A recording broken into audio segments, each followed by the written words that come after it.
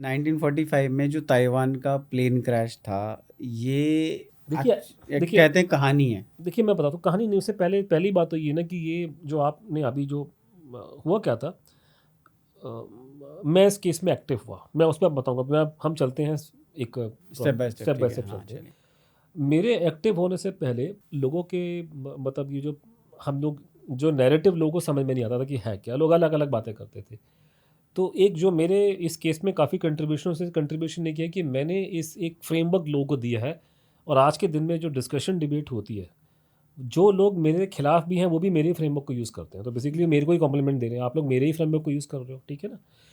तो तो मैंने एक फ्रेमवर्क बना करके डाला था, वो ये बोला था कि सुभाष बोस की डेथ को लेकर के कंट्रोवर्सी है इस देश में, ठीक है। और उस कंट्रोवर्सी में इसेंशली तीन थ्योरियाँ हैं सिर्फ, कहने को तो और भी हैं, लेकिन बेसिकली तीन थ्योरियाँ हैं जो डिस्कस होती हैं। और हमें उनमें से पता लगाना कौन सी ज़्यादा ठीक है, कौन सी ठीक है।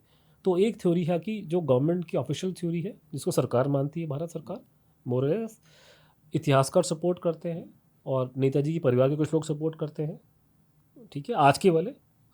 और वो है कि साहब जो आपने बोला ताइवान में एक प्लेन क्रैश हुआ जिसमें उनकी डेथ हुई, ताइपे ताइपे शहर के अंदर। उस ज़माने में उसका नाम ताइहोकू और फॉर्मोसा, देश का नाम फॉर्मोसा था, लेकिन अब उसका नाम ताइपाई और ताइवान है। ताइवान कंट्री का नाम है, ताइपे उसका ताइपे जगह का जगह का नाम नाम है, जिसको उस ज़माने में ताइहोकू बोलते थे और ताइवान को बोलते थे फॉर्मोसा। तो ये यहाँ पे ये प्लेन क्रैश हुआ है जिसमें उनकी डेथ हो गई। तो ये आप कह सकते हैं ये ऑफिशियल वर्जन है, ये आपको विकीपीडिया वगैरह में ये सब मिलेगा, सरकारी वर्जन, इतिहासकार इसी की बात करते हैं। उसके बाद में एक भारत की सबसे गंदी कंस्पिरेसी थ्योरी जो रही है बहुत टाइम से, जो आप कह सकते हैं कि धीरे धीरे डिस्कशन होना शुरू हो गया था 1950s में ही, लेकिन करते करते करते ये 70-80 के दशक में बहुत बढ़ गई थी।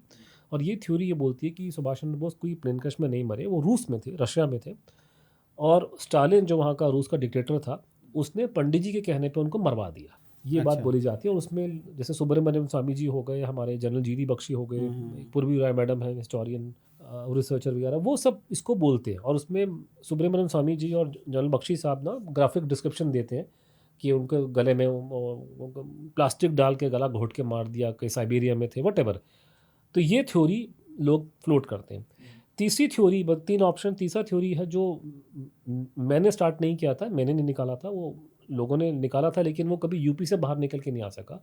लेकिन मैं उसको पूरे इंटरनेशनल लेवल पे ले गया और बाद में मेरे दोस्त और मैंने मिल करके उसको बहुत बड़ा चढ़ा करके आगे दिखाया, बहुत डिटेल परतें ऊपर से खोल। सारी खोल दी। तो वो है गुमनामी बाबा की स्टोरी, कि गुमनामी बाबा नाम का कोई आदमी कहा जाता है, सुभाष चंद्र बोस थे और यूपी में रहे हैं, और उनकी 85 में डेथ हुई है आपकी, ये फैज़ाबाद अयोध्या के अंदर।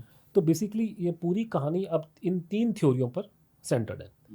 तो जैसे कि आपको मैंने कहा कि उसमें इतिहासकार और ये सब लोग इसको सपोर्ट करते हैं, और कुछ लोग सपोर्ट करते हैं कि रशिया में मार दिया उनको, और कुछ लोग सपोर्ट करते हैं कि वो ये जो आखिरी जो स्टोरी है गुमनामी बाबा की, वो स्टोरी करेक्ट है। सबको मालूम है कि मैं तीसरे पाले में आता हूँ, कि मैं रशियन एंगल इसका सपोर्टर हूँ, कि उनकी जो है उनका अंतिम समय उनका यूपी के अंदर बीता है। अच्छा। हाँ जी।